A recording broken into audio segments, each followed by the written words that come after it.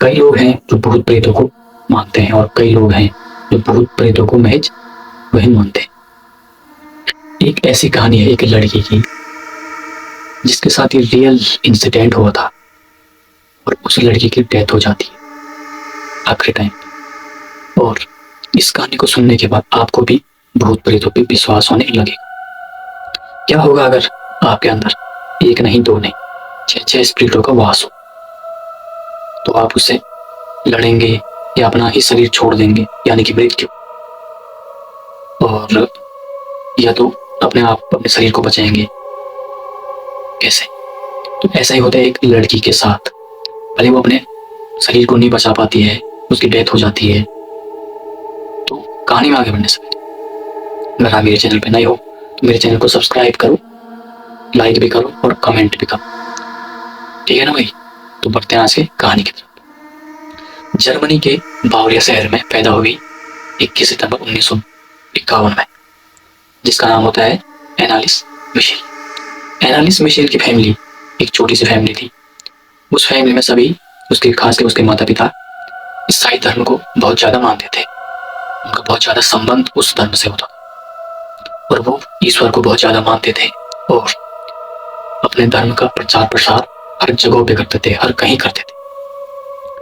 लेकिन ये हुआ जब एनालिस ने ये सब कुछ देखा कि मेरे माता पिता ईसाई धर्म वगैरह को प्रचार प्रसार करते हैं, तो उसको भी बहुत ज्यादा इंटरेस्ट आने लगा उस चीज में। उसने ये तक सोच लिया था कि मैं बड़ी होकर अपने ही धर्म का, मतलब मैं भी अपने माता पिता की तरह अपने ही धर्म का प्रचार प्रसार करूंगा। लेकिन किस्मत को कुछ और ही मंजूर होता है। धीरे धीरे मिसे बड़ी होती है। महज जब वो 16 साल की उम्र की होती है, 16 साल की उम्र में आते ही उसको एक बीमारी जकड़ लेती है और उस बीमारी का नाम होता है टेम्पोरल लोब एपिलेप्सी, इसी नाम का होता है। और 16 साल की उम्र में जब उसको ये बीमारी जकड़ लेती है, उसके माता पिता उसको एक अपने जानने वाले गुरु के पास ले जाते हैं। उनको लगता है कि ये नॉर्मल सी बीमारी होगी, सही हो जाएगा, घरेलू जैसे वैद्य होते हैं ना हमारे यहाँ पे, वैसे उनका भी था। तो अपने गुरु को दिखाते हैं। गुरु को दिखाने के बाद जब गुरु भी इस चीज में नाकामयाब होता है, मिशेल के माता पिता उसको डॉक्टर के पास ले जाते हैं। 5 सालों तक, 16 से 21 साल तक, मतलब पूरे 5-6 सालों तक उसका ट्रीटमेंट चलता है बहुत ही ज्यादा। लेकिन उसकी हालत में कोई भी सुधार नहीं आती है। बिल्कुल वो जैसी थी वैसी ही रहती है। उसके अंदर कोई भी इम्प्रूवमेंट नहीं होता है किसी भी चीज का। लाइकली जब एक टाइम ऐसा आता है, मिशेल के माता पिता को लगता है कि इसके अंदर भूत प्रेतों का वास है, भूत प्रेतों का वास है, स्पिरिट का वास है, शैतानी आत्मा का वास है। उनको लगता है ऐसा। भले वहाँ के लोग ऐसा मानते नहीं थे, क्योंकि वहाँ की साइंस पे बहुत ज्यादा भरोसा करते थे वहाँ के लोग और उनको साइंस के तर्क पर ही विश्वास होता था। ये भूत प्रेत वगैरह को वो सिर्फ अंधविश्वास मानते थे। ताकि ऐसा ही होता है। अब क्या होता है कि वो चर्च में जाने की सोचते हैं। चर्च में जाने से पहले उनके जान पहचान वाले एक होता है ना, एक छोटा मोटा जो तांत्रिक टाइप का, यहाँ मतलब जैसे हमारे यहाँ पे तांत्रिक टाइप का होता है, ऐसे उनके वहाँ पे हुआ था कि उनका जान पहचान वाला एक छोटा मोटा गुरु था। मतलब गुरु नहीं, उसके मतलब उसके अंदर बोलते थे कि शैतानी आत्मा को पहचानने, इसके अंदर पहचानने की ताकत वगैरह। ऐसा होता है। वो उसे बुलाते हैं और उस शख्स का नाम होता है एस्ट्रोवर्ट। जब उसे घर बुलाते हैं तो एस्ट्रोवर्ट जब पहली बार उनके घर में जाते हैं, जब वो एनालिस को देखते हैं, एनालिस फर्श पे पड़ी होती है और एनालिस जब एस्ट्रोवर्ट को देखती है तो वो उसके सामने ही वहाँ पे फर्श पे पेशाब कर लेती है और उसी पेशाब को चाटने लगती है। साथ में पड़े कुछ कोयले के टुकड़े भी होते हैं, उनको चबा चबा के खाने लगती है। इतने में वहाँ पे जो एस्ट्रोवर्ट होता है, शख्स होता है एस्ट्रोवर्ट, वो यहाँ पे एक चीज पे गौर करता है। उसके चेहरे पे वो देखता है एक क्रीपी सी हंसी, एक ऐसी क्रीपी सी हंसी।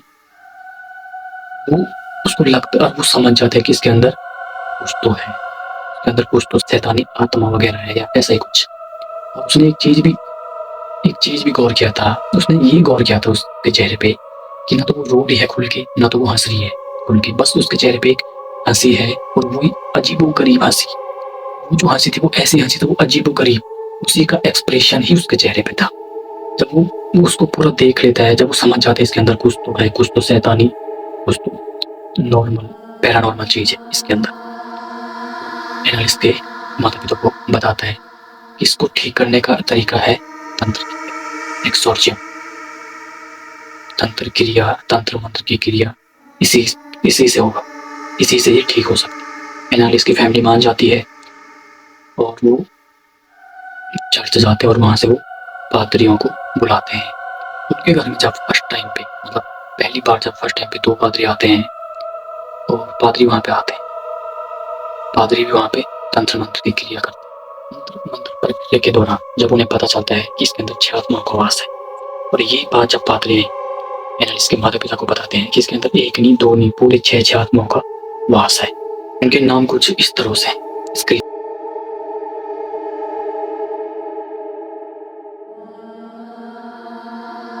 जब पादरी तंत्र विद्या की क्रिया करते हैं तो जो 6 शैतानी आत्माएं थी उसके अंदर बहुत ज्यादा गुस्सा हो जाती है और एनालिस की हालत पहले से और ज्यादा खराब होने लगती है। जो पादरी होते हैं वो एनालिस की हालत को देखते हुए दोबारा उस पर झाड़ फूक तंत्र क्रिया करते हैं।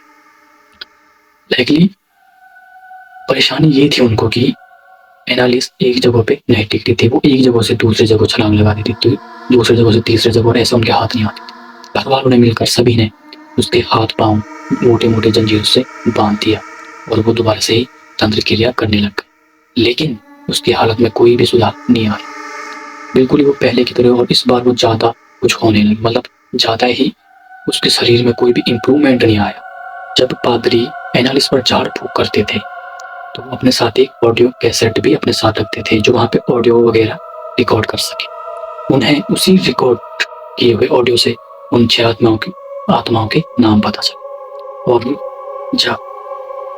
जब तंत्र विद्या के दौरान जब वहां पे एनालिस से पादरियों ने पूछा कि तुम्हारे अंदर कितनी आत्माएं हैं, उनके नाम जब उसने बताया तो उसकी आवाज बहुत ही ज्यादा डरावनी आवाज थी, बहुत ही ज्यादा हॉरर, इतनी हॉरर की अगर कोई उसे सामने सुनता। मैं आपको यहाँ पे कुछ आवाज सुनाने वाला हूँ, आप ये आवाज सुनिए।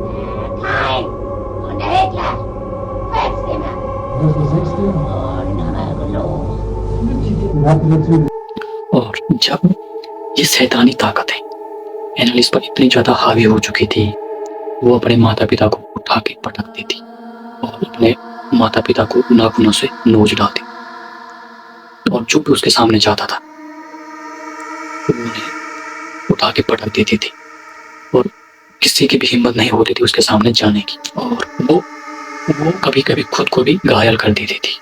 महज थोड़ा बहुत इसी बीच उसकी हालत सुधार हुआ। महज ये खुशियां कुछ ही दिनों की थी, क्योंकि अब उसने खाना पीना भी छोड़ दिया था। जब पादरियों ने एनालिस से पूछा कि तुम ऐसा क्यों कर रही हो, तुम खाना क्यों नहीं खा रही, तुमने खाना पीना क्यों छोड़ा है, तो यहाँ पे एनालिस बताती थी कि वो जो शैतानी आत्मा है मेरे अंदर, वो मुझे खाने नहीं देती है। और उसकी हालत इतनी ज्यादा वीक हो गई थी कि आप यहाँ पे फुटेज में देख सकते हो।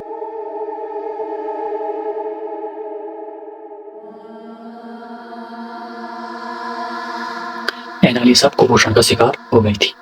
30 जून 1976 को उस पर 67वीं बार, मतलब 67 टाइम उस पर एक्सोर्सियम झाड़ फूक की क्रिया की जाती है। झाड़ फूक के दौरान जब वो कहती है कि अब मैं इस चीज से बहुत ज्यादा थक गई हूँ, मुझे मुक्ति चाहिए, 1 जुलाई 1976 की सुबह उसकी डेथ हो जाती है।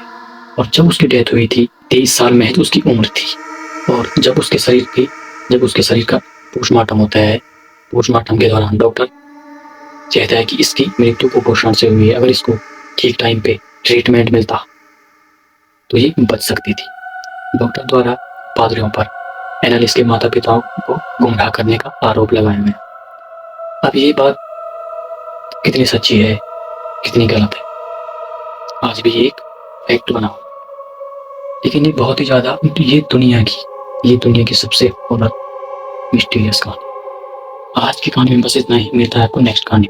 जाने से पहले सब्सक्राइब करके जाना भाई जरूर। Thanks for watching my story.